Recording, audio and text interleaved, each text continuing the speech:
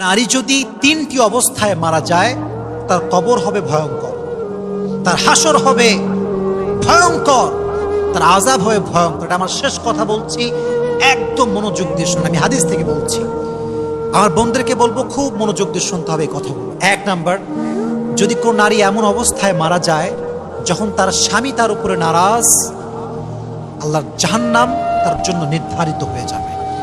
নবীজি বলেছেন, হাদিসটা কত সুন্দর দেখেন, যদি কোনো মেয়ে এই অবস্থায় মারা যায় যে তার স্বামী তার উপরে সন্তুষ্ট ছিল, সালমা রাদিয়াল্লাহু তাআলা আনহা থেকে বর্ণিত, সেই মেয়ে আল্লাহর জান্নাতে মৃত্যুর পরবর্তী সময়েই প্রবেশ করবে।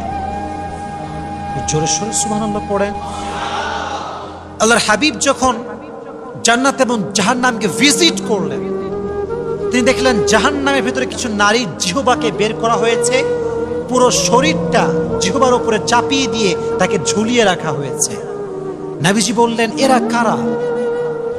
জিব্রাইল, এরা কারা? বলছে নবী, হে, এরা হচ্ছে সেই মেয়ে যাদের স্বামী তার উপরে নারাজ ছিল। নাউজুবিল্লাহ পড়ে। তাহলে কোনো মেয়ে যদি এই অবস্থায় মারা যায় যে তার স্বামী তার উপরে নারাজ, তাহলে সেই মেয়ে কি জান্নাতে যাবে না জাহান্নামে যাবে?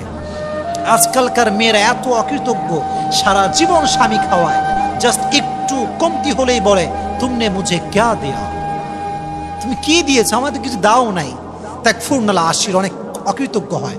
আল্লাহ বোনদেরকে হেফাজত করুক, সকলেই পড়া আমিন। এক নাম্বার। দুই নাম্বার, এটা খুবই সেন্সিটিভ।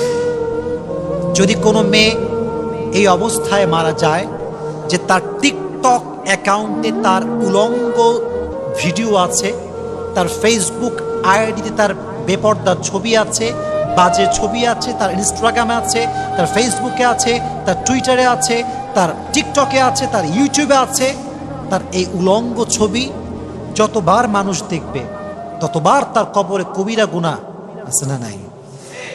মনে করেন আমি একটা ফ্যান দিলাম মসজিদে, দিস ইজ কল্ড সাদাকায়ে জারিয়া। যতবার মানুষ ফ্যানের বাতাস খাবে ততবার আল্লাহ তার সওয়াব আমার আমল নামায় লিখে দেবে।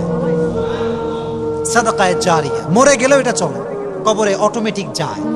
আবার এমন কিছু গুনাহ আছে যে গুনাহ রেখে গেলে মানুষ দেখে আর অটোমেটিক তার গুনাহটা কবরে যায়। কোনো মেয়ে যখন তার ছবি, আমি আমার বোনদেরকে মানে কেমনে বোঝাবো, মানে এটার কোনো ভাষা আছে কিনা, I really don't know that. সামান্য একটা লাইক কমেন্ট পাওয়ার জন্য ধুমাইয়া আপলোড দেয়, শাড়ি পরার ছবি আপলোড দেয়, ঈদ আসলে ছবির ধুম ধাড়াক্কা লেগে যায়, কোনো একটা হলিডে আসলে ছবির ধুম ধাড়াক্কা লেগে যায়। মনে করে কয়েকটা লাইক কমেন্ট হবে, সেটা আমাকে মেসেজ দিবে, টেক্সট করবেন না।